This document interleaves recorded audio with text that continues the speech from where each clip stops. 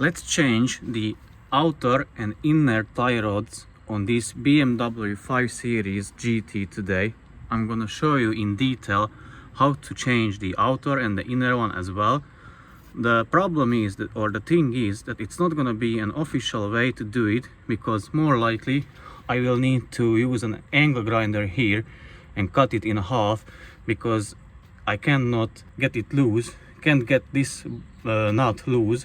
So that's why I'm gonna use an angle grinder. So now I'm gonna undo this nut. This is a size 21 hex nut. I'm gonna use a size 21 hex socket on it and an impact gun. And after, I more likely will have to use there's the regular spanner and a Torx bit or a Torx insert to keep this one from moving and undo the nut that way.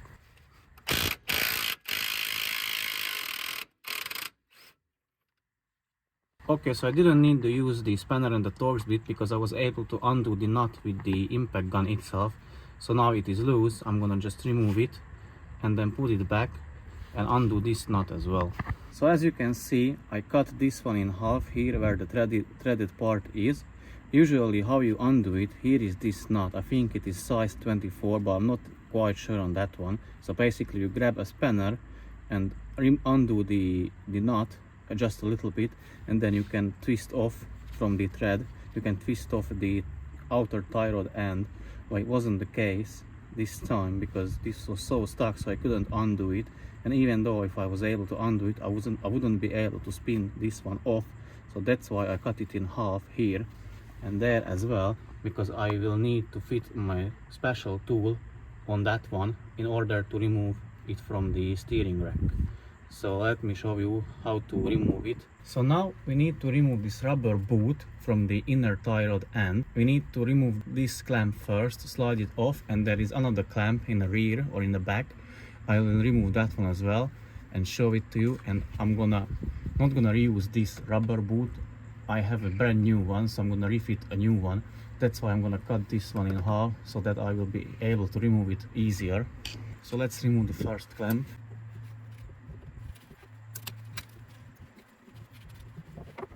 Okay, the first one is off.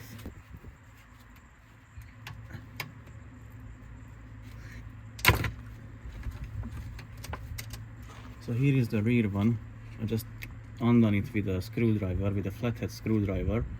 And now I'm gonna cut the rubber boot in half so that I can slide it off.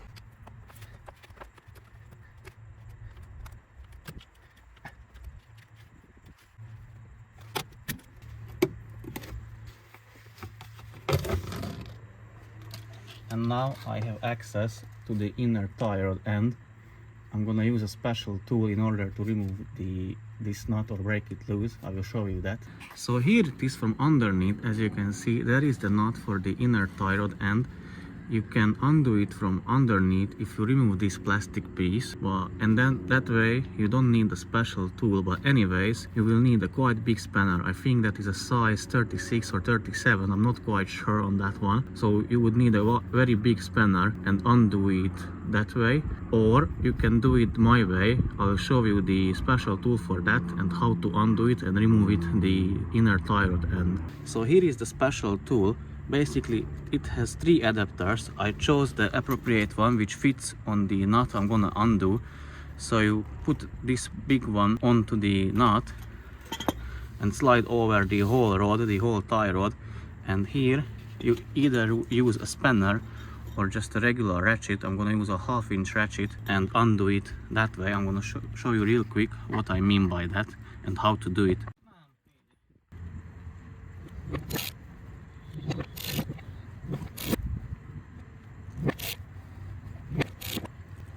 So here is the new one. We are going to refit it the same way as we removed the old one. So basically I'm gonna thread it this one first, and then I'm gonna use that tool to fasten this end of the tie rod end, and I'm gonna put the outer one onto this thread and gonna lock it with this locking nut. So let me show you how to do it. So just basically thread this one in first.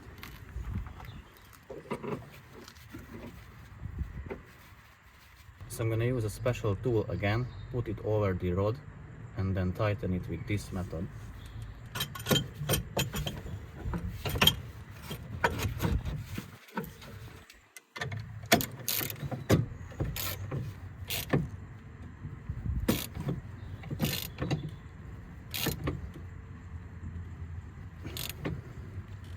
Okay, once it is tight, you can remove the tool. So now you can fit the rubber boot onto the tie rod.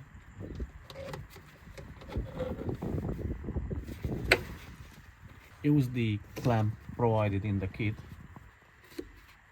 and then use a special pliers to tighten the clamp.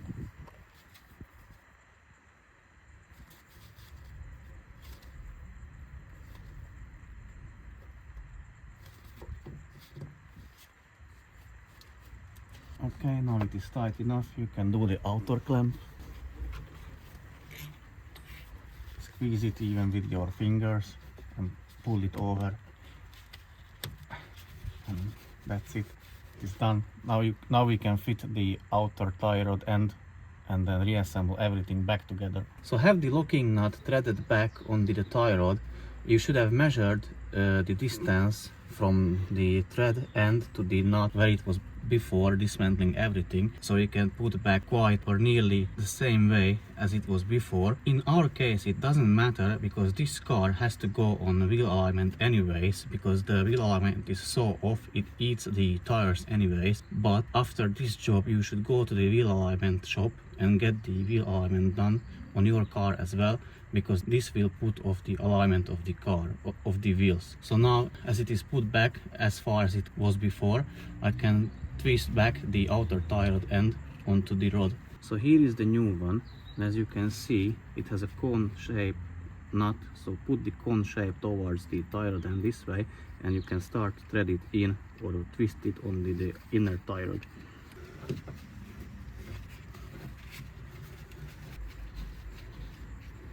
Once it has reached the desired position, you can lock it with the locking nut. Use a size 22 spanner and lock it. You can also fit this end back to the knuckle so it won't spin when you are tightening the locking nut.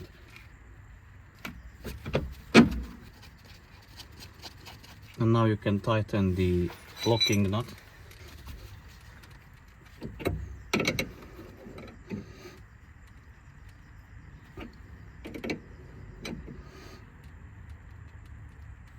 Okay, now it is tight enough. You can tighten the outer tie rod end nut. It is a 22 mil as well, so use a 22 mil spanner and tighten it. So have it tightened all the way you could, so it is snug. And now you can put back the wheel. You are done with the job. But the last thing and very important is to go to the wheel alignment shop and get your wheels aligned. So that way the car won't consume any more tires. You can save some money for yourself.